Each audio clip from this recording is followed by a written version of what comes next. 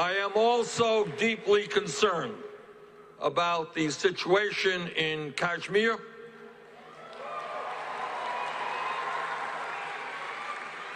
where the Indian government has revoked Kashmiri autonomy, cracked down on dissent, and instituted a communications blackout. The crackdown in the name of security is also denying the Kashmiri people access to medical care.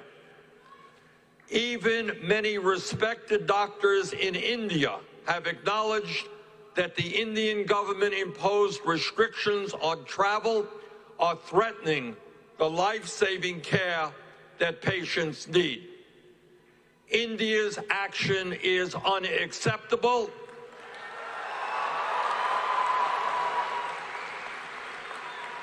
The communications blockade must be lifted immediately,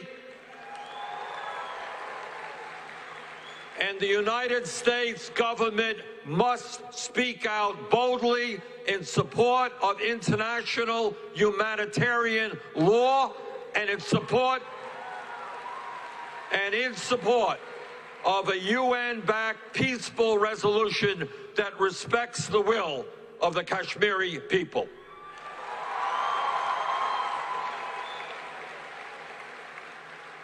Brothers and sisters, as you well know, the issues that we are dealing with around the world are complicated. No one has any simple or magical answers, but credible United States leadership is desperately needed. One of the places where that leadership is most needed is to broker a lasting Israeli-Palestinian peace process.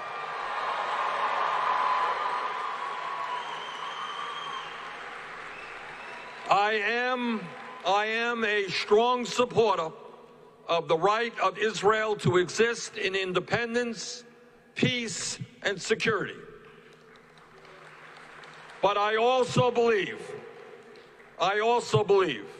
that the United States needs to engage in an even-handed approach toward that long-standing conflict, which results in ending the Israeli occupation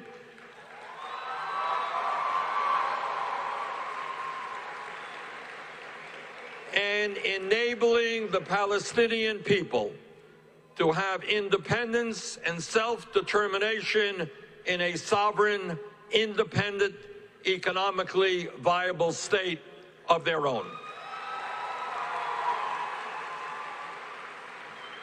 In my view, that end result would be in the best interests of Israel, the Palestinian people, the United States, and the entire region.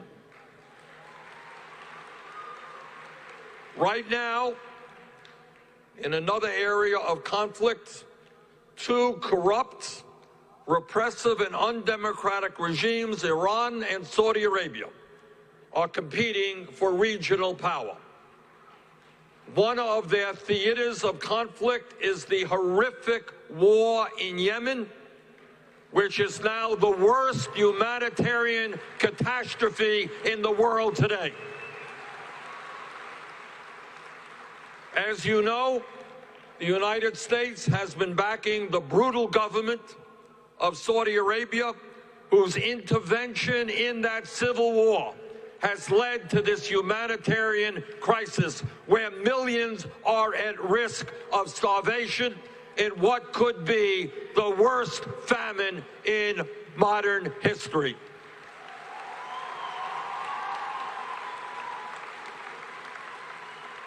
Earlier this year, in a bipartisan effort, I introduced and passed, for the first time since the passage of the War Powers Act, a resolution calling on President Trump to end U.S. support for that horrific war.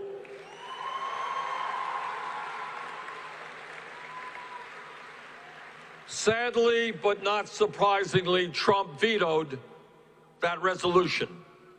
The people of Yemen need humanitarian aid to rebuild their devastated economy. They do not need more bombs or more destruction.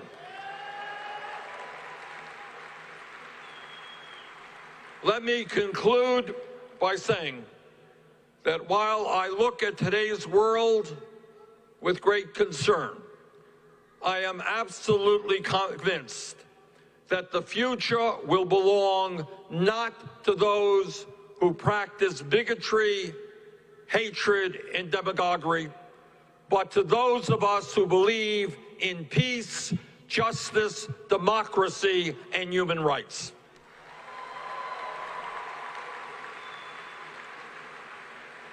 As history reminds us, the antidote to hatred and division is to bring people together around a shared vision of equality and prosperity, of creating societies that work for all and not just the few.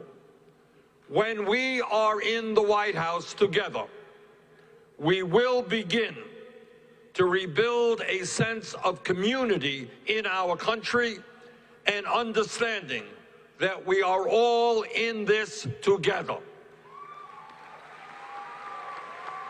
And when we stand together, we know that togetherness trumps divisiveness. Community trumps selfishness, and love trumps hatred. Thank you all very much.